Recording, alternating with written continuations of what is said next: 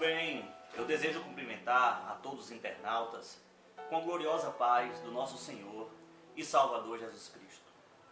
Eu quero falar sobre um assunto de fundamental importância para as igrejas pentecostais e igrejas neopentecostais. Eu quero falar sobre o pentecostalismo, sobre o verdadeiro pentecostalismo que teve origem no Brasil por volta do final do ano de 1910, por intermédio de dois missionários suecos chamados Daniel Berg e Gunnar Wingren, que vieram pregando o pentecostalismo no Brasil, que teve origem na rua Azusa. Houve um grande avivamento ali nos Estados Unidos, onde muitas pessoas foram batizadas com o Espírito Santo. E a primeira pessoa batizada com o Espírito Santo, que falou em outras línguas aqui no nosso país, aqui no Brasil, foi a irmã Celina Albuquerque. Orando sozinha em sua casa, ela sentiu o fervor do Espírito Santo e começou a falar em outras línguas. Os primeiros a serem batizados, biblicamente, no sentido escrito, está registrado no livro de Atos dos Apóstolos, no capítulo número 2. A epígrafe do texto fala sobre a descida do Espírito Santo. Diz que, cumprindo-se o dia de Pentecostes, estavam todos reunidos no mesmo lugar. E de repente, ninguém estava esperando, foi de repente, veio do céu um som como de um vento. Não era um vento, era um som, um barulho, como se fosse um vento, mas ainda não era um vento.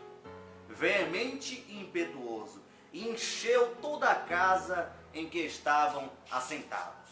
E foram vistas por eles línguas repartidas.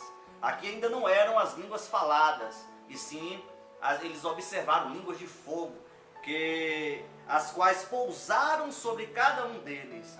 E todos, sem exceção, todos que estavam reunidos naquele cenáculo, cerca de 120 pessoas, começaram a falar em outras línguas, conforme o Espírito Santo lhes concedia que falassem.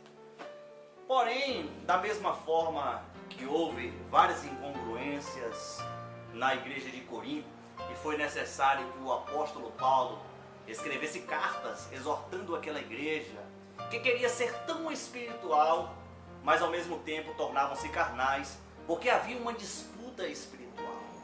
Uns se consideravam acima da média espiritual que os outros. Foi necessário Paulo escrever para que eles não ficassem falando em línguas todo o tempo, e que também, quando fosse profetizar, profetizasse dois e os outros julgassem, para que não houvesse uma bagunça. Eu quero desde já falar uma palavra que é muito comum nas igrejas neopentecostais, que é o reteté. Esta palavra reteté, ela não se encontra nas Sagradas Escrituras. Porém, se você pesquisar em alguns dicionários mais específicos, esta palavra reteté significa desordem e bagunça. Quando fala assim, a igreja houve um reteté, está dizendo que na igreja houve uma bagunça. As cadeiras saem do lugar, há uma desordem total. Eu sou crente pentecostal, eu falo em línguas e profetizo, porém faço tudo com ordem e decência para que o nome do Senhor seja glorificado. Observe que quando eles foram cheios do Espírito, eles começaram a falar em outras línguas conforme o Espírito Santo lhes concedia que falassem. Não é um homem que tem poder para fazer com que outrem falem em línguas estranhas, mas sim só o Espírito Santo pode realizar esta proeza, este milagre, que é poder falar em outras línguas, outro idioma que você não estudou, que você não se preparou, mas inspirado pelo Espírito você começa a falar e a edificar a você mesmo. Não é correto um pregador chegar e dizer, fale em línguas agora, eu vou te dar 1 minuto para você falar em línguas, porque não é o pregador que concede o crente falar em línguas, e sim o Espírito Santo que concede que o crente fale em línguas.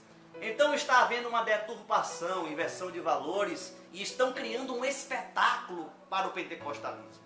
E vira uma verdadeira bagunça, onde escandalizam muitas pessoas. O objetivo de falar em outras línguas é para a edificação. Mas se houver um intérprete, se houver alguém que traduza, aí já torna-se uma profecia e edifica toda a igreja. Querido ouvinte, você que me ouve, internauta, se você ainda não é batizado com o Espírito Santo, busque este dom maravilhoso.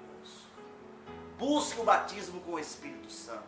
E você que já é batizado com o Espírito Santo, tenha equilíbrio. Busque a maturidade no Espírito para que você possa fazer tudo para a edificação, consolação e para a exortação, para que a igreja venha a ser edificada por intermédio dos dons espirituais. Se você leu a primeira carta de Paulo aos Coríntios, no capítulo 12, versículo número 7, ele diz que os dons espirituais são manifestos a cada um para o que for útil. Ninguém é dono de dom espiritual, não. Porque se eu fosse dono de dom espiritual, eu utilizaria a hora que eu bem quisesse, que bem entendesse. Como por exemplo, se eu fosse dono do dom de cura, eu saía por aí curando as pessoas, viraria um curandeiro, ficaria famoso, viria helicóptero me buscar para os demais estados, para que curasse as pessoas que estavam enfermas. Mas o dom espiritual, ele é manifesto a cada um para o que for útil. Se for útil, se Deus quiser curar, o dom de cura divina vai se manifestar e a pessoa será curada. Mas não é a hora que a gente quer, no momento que a gente bem quiser, e nem para satisfazer os nossos desejos, nossas próprias vontades. Porque Deus não é um objeto que pode ser movido para lá e para cá. Ele é soberano, está acima de tudo e acima de todos. E nós, como servos, estamos aqui para obedecer a sua vontade e realizar a sua obra de maneira eficaz, para que Ele possa ser glorificado e exaltado. Para que serve o milagre? O milagre é um sinal. O milagre é um sinal para que os incrédulos passem a crer que Deus existe, que está presente em nosso meio e que pode salvar a alma, perdoar pecados e levar o homem para o céu.